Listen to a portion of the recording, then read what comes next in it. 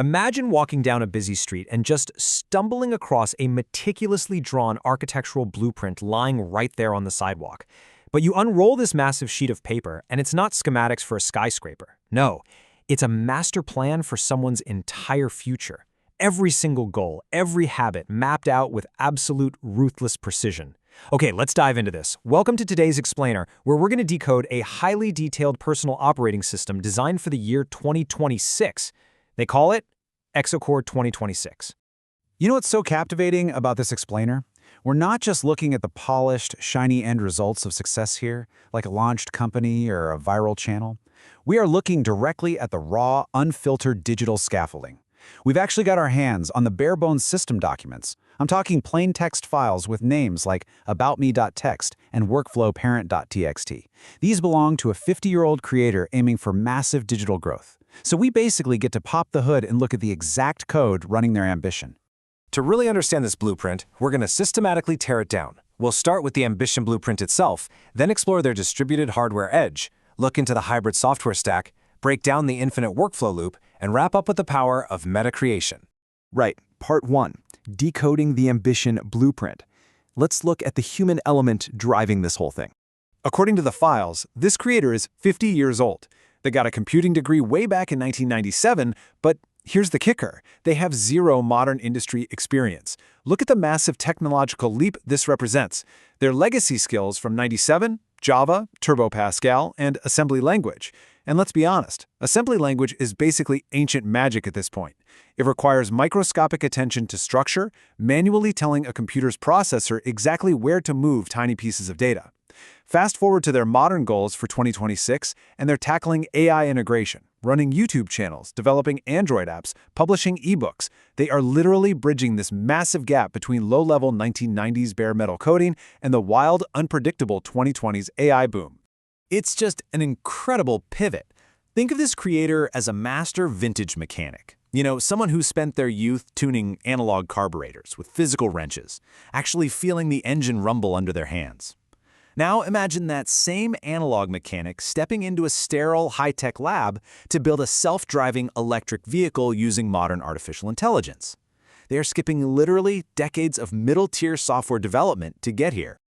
Which brings us to part 2, the distributed hardware edge. Let's talk about distributed processing. So when you apply a 1990s bare metal mentality today, you end up building a custom environment on hyper-constrained hardware. And this brilliantly illustrates exactly how they do it.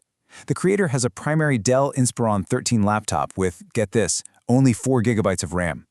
Now, for a systems engineer today, running local AI models on 4 gigs of memory is a severe bottleneck. It's practically impossible.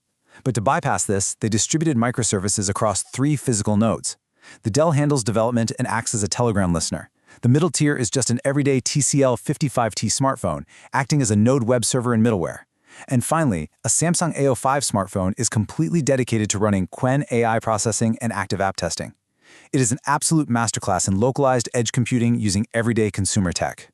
Let's trace this incredible asynchronous data flow, because it's super cool. Step 1, a JavaScript deployment is triggered from VS Code on the Dell. Step 2, it hits the node web server hosted on the TCL phone, which converts the tasks into standard JSON objects. Step 3, those objects are pushed asynchronously via Telegram directly to the Qwen AI model running on the Samsung phone. And finally, Step 4, the AI results are sent back as notifications to the Telegram listener sitting right back on the Dell laptop. This is a completely closed-looped automated architecture.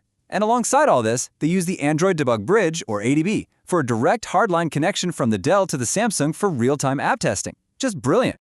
Moving on to part 3, the hybrid software stack. It's all about balancing the tools. To maintain a strict, zero-cost overhead, because nobody wants those costly cloud computing fees, they intentionally split their resources into 2 distinct categories. This totally avoids tool fatigue, too. On one side, you have the dependable workhorses, right? Plain text files, Git version control, Notion. These give you frictionless reliability. They never break, and they don't rely on constant internet. On the other side, you've got the cutting-edge AI arsenal. Gemini, Qwen running locally via Termux, Perplexity, Copilot. They combine the rock-solid foundation of traditional tools with the raw cognitive leverage of modern AI. Because honestly, you don't need a monthly AI subscription just to hold a list of links. A simple text file does that instantly. And this leads to this really beautiful piece of irony in their notes. The creator asked the hyper-advanced, state-of-the-art Gemini AI how to organize their massive master timetable. Think about that. You have an AI capable of processing the sum of human knowledge. And what does it pragmatically recommend to a 50-year-old former assembly programmer?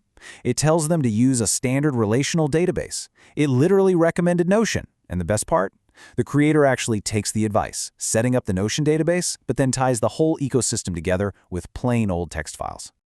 All right, part 4, the infinite workflow loop. Let's look at the daily mechanics keeping this running. Now, what's really interesting about this next part is how it forces a paradigm shift. Shifting to the underlying psychology of the system, their core operating philosophy is written directly inside their dynamic to-do file. It simply says, to-do is not done ever. Think about it. Society conditions us to view a to-do list as this daily mountain we have to conquer, which just leads to anxiety when items are left unfinished. But this quote completely reframes the to-do list into a living, breathing document.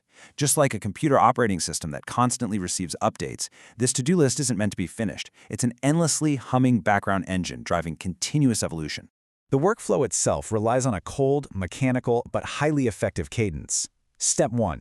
A daily ping at a set start time triggers the creator to just dump every idea into the system. Step 2. These raw ideas are captured into the dynamic to-do.txt file. Step 3. The list is systematically processed and scheduled into the Notion master timetable to execute daily focused actions. It is this relentless loop of capture, schedule, and execute that systematically turns raw ideas into real momentum. And the creator is obsessively refining this process too. There's a brilliant structural note from May 2nd where they deliberately stripped away all their complex folder directories. Instead, they converted them into plain flat .txt files to maintain a more polished, zero-friction Exocore structure. By doing this, they completely eradicate user interface friction. No load times, no complex menus to navigate, just immediate action. Finally, part 5. The power of meta-creation, turning process into product. So, where does all this private ambition actually go? Well, it shifts to public monetization through a planned YouTube channel called CSI. The overarching philosophy here is what we can call meta-creation. Meta-creation is turning the exhaust of your daily work and learning journey into the actual fuel for your public business content. This creator isn't waiting around until there's some established expert to make content. The messy, real-world process of learning AI, bridging the gap from their legacy skills, and building software setups, that becomes the exact product they share with the world to help others in the same boat. The process literally becomes the product. And they're treating this personal project like a serious B2B startup right from day one. Their files reveal this intense corporate forecasting arsenal.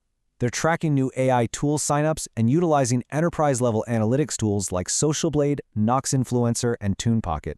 They even have milestone goals for incorporation analysis. They are actively validating the market and forecasting earnings before they even scale up. They're acting exactly like a visionary CEO. This meta-creation strategy offers 3 massive advantages. Number 1, it forces absolute accountability.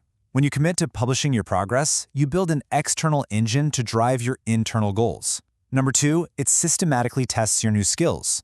I mean, there's absolutely no place to hide your lack of understanding when you have to create an instructable video on how to integrate Gemini into a Notion database, right? You really have to know it.